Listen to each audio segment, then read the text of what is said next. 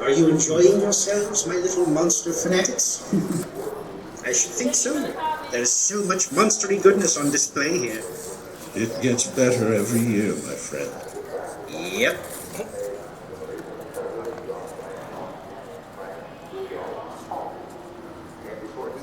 So, Craven, where did you get your skull? I was born with it. The beak came with it for free. No, not the skull. The one you're sitting on. Started the whole thing, and the artist is dead. Other things in the collection could be reproduced, like the Metropolis robot. You see, 1,000 years ago, bones and transferred memory, I was seeking the answer to an abysmally deep and disturbing mystery. I was traveling north, and suddenly Zeus himself appeared in a crackling bolt of lightning, and with him was Benjamin Franklin holding a kite that was burning, and had a bold key dangling from the tail. And Enshohma. The stars were alive with rapidly whirling disco mirror balls, and the most incredible events of my entire existence began. And I was Never mind. I don't really care for that. I was just being bright.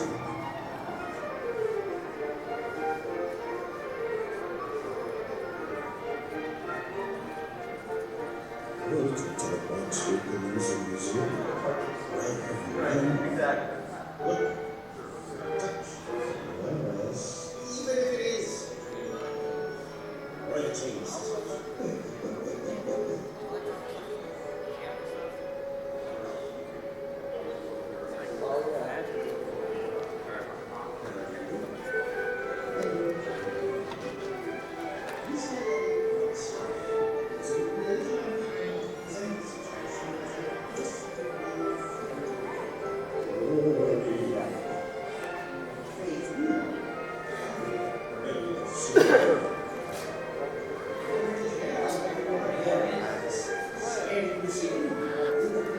As you can tell, I need to get myself a Steadicam or a gimbal or the Sam Raimi method of simply getting a block of wood so I can put this camera on. But I'm doing my best to give a steady filming of this exhibit. This one's mainly for you, Miguel. I know you can't make it here today, and had I had people who were more worried about setting up things ahead of time, I could probably have gotten you a free pass, but as it stands, I thought I'd just film this little area for you. This is actually a mechanical thing. It has a whole show on its own right. Unfortunately, nobody's here to activate it. I might get footage of that later, but right now this is just a basic run-through. This little thing is also a lot of fun. So basically kind of a widow box is what they call it, I think. Oh, widow's jar. And this is before opening, so I can afford to show some of the costumes here. So now I can't tell half the time if these are originals or if these are recreations. Although with Bruce Lee here, it'd have to be a recreation. That costume would be too old to survive. So.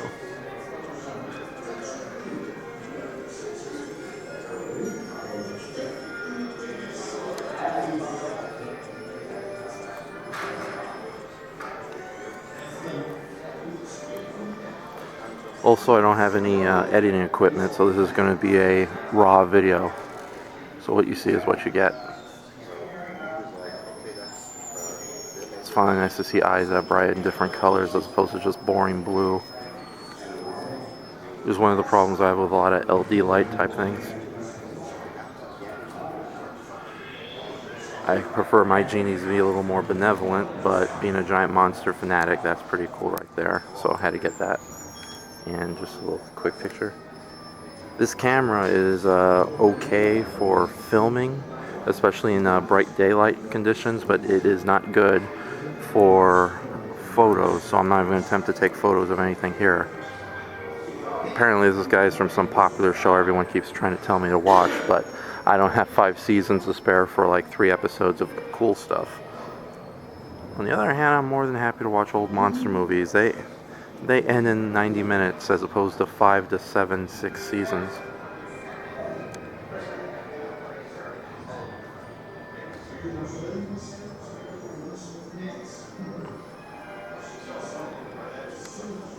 Utterly wholesome.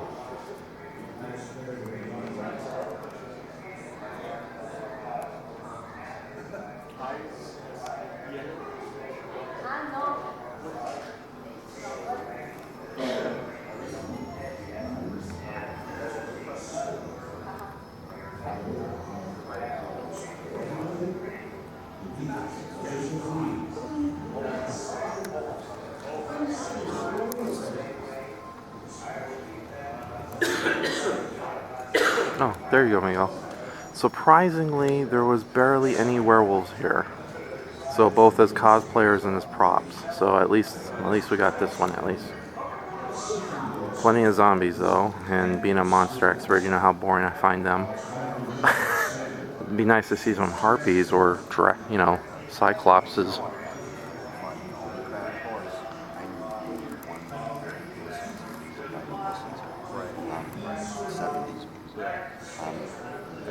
I was hearing taste. He's not happy to be here. I'm all good. Thank you very much. Thank you. You want finds? Yeah, that's good. I rent a lot for that show.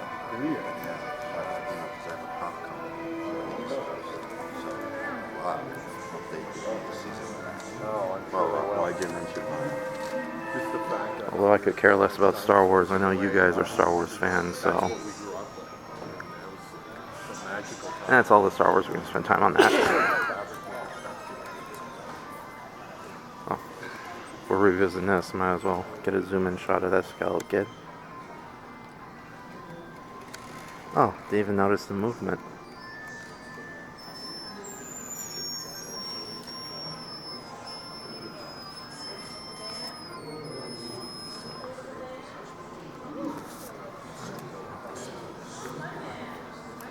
Oh, it's probably. There's no other slope that I can see.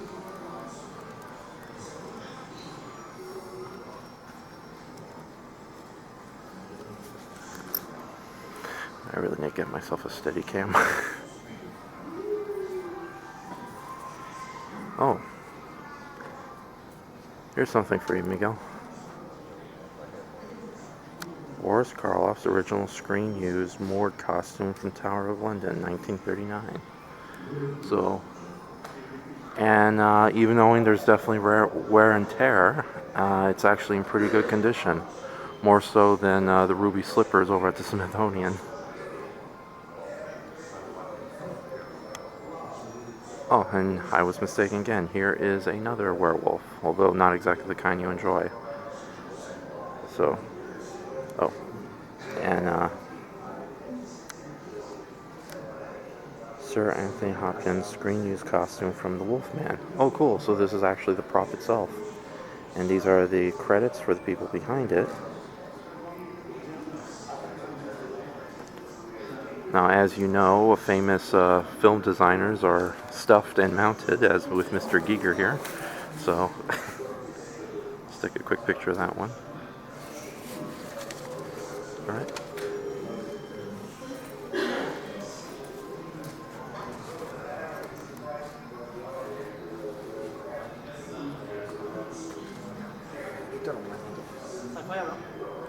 Oh, okay, I didn't even notice the patterns there beforehand.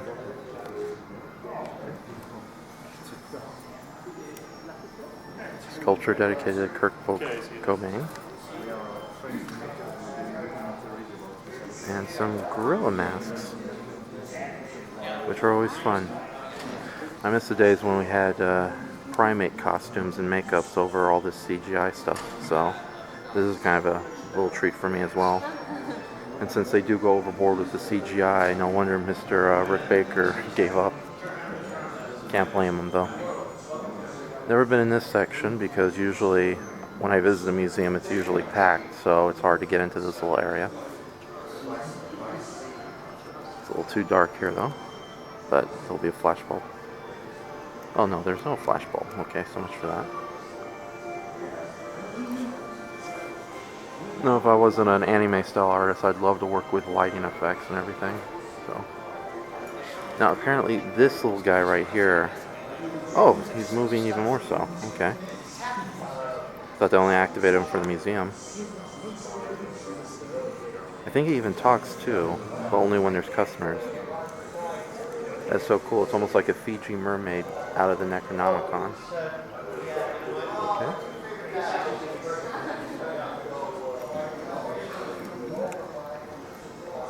The museum is almost over, and so will this video. So I'm just going to try to get close to the masks as possible.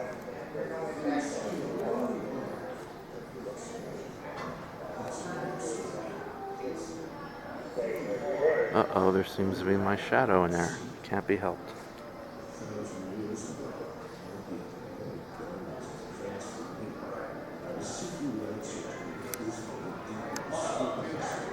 I don't know why, but that one appeals to me, just because it's humorous. Almost done.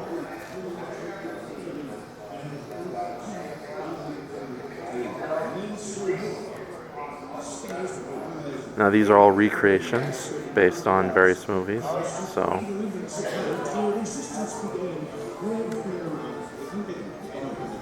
now for you, those of you who don't know what Night Skies was, it was the prototype version of what would eventually become E.T., and it was going to be a full-blown horror movie. Straw Dogs meet Invasion of the Saucer Men, or there's probably a better explanation, but better. Oh, cool. But yeah, originally E.T. was going to be a horror movie, and then they decided to turn into a family movie at the last minute, and Mr. Spielberg and Mr. Rick Baker had one hell of a falling out because of it. So, if you're wondering where that music's coming from. Okay, 12 minutes is good enough time for a video to last, so I'm going to be ending it pretty soon. There you go, everyone. Especially Miguel, that was your private museum tour. So I'll end the shot by trying to show the whole room, which is kind of hard to do, especially on this little guy. Thank you for your time, everybody. Bye.